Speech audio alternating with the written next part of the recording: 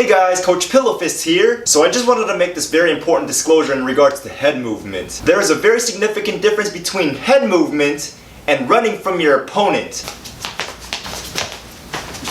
If you're excessively backing up trying to dodge punches, three things are going to happen. 1, you're going to exhaust yourself. 2, you're going to back yourself up against the ropes or the corner or the cage, wherever you're fighting. And 3, you're looking like you're losing the fight. If you ever have an opponent chasing you to the point that you're literally backpedaling in a fight, we have a very simple solution to that. We crack them with the right hand when they're coming in. Now with that said, let's proceed with the video. Now there are 4 ways to move your head. You got your slips, rolls, pull back, duck.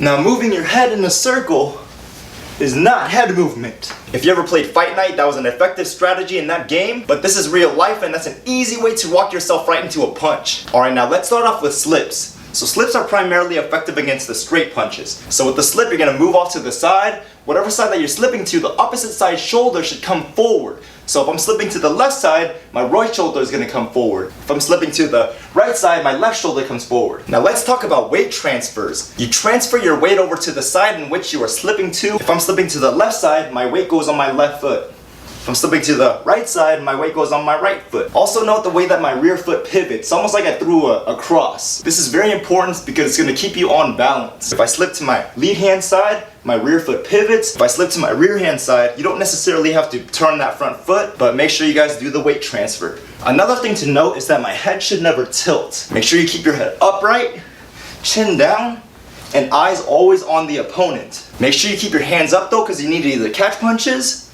block punches as a last line of defense. Alright, so next we have our rolls.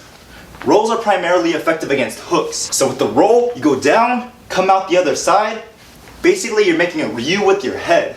Same thing with the weight transfers in the shoulders. You roll to your left side, weight goes on your left foot, and your opposite side shoulder comes forward. Roll to your right side, weight goes on your right foot, and your opposite side shoulder comes forward.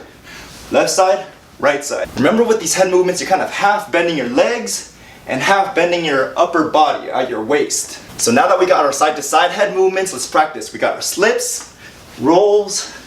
Alright, slip, roll, slip, roll, slip, roll. So next we have our forward and back head movements. So with the pull back, you're just gonna pull your shoulders back, chin down, and eyes on the target. Alright, so this is important.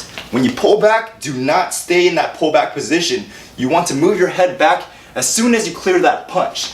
Alright, so I pull back, I don't stay there. I always come back into position.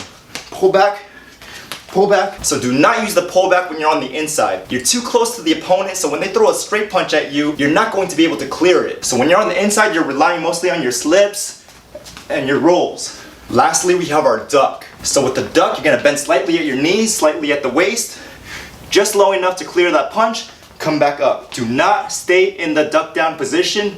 Come back up after you clear that punch. So now that we got our forward and back head movements, let's practice. Go pull back, duck.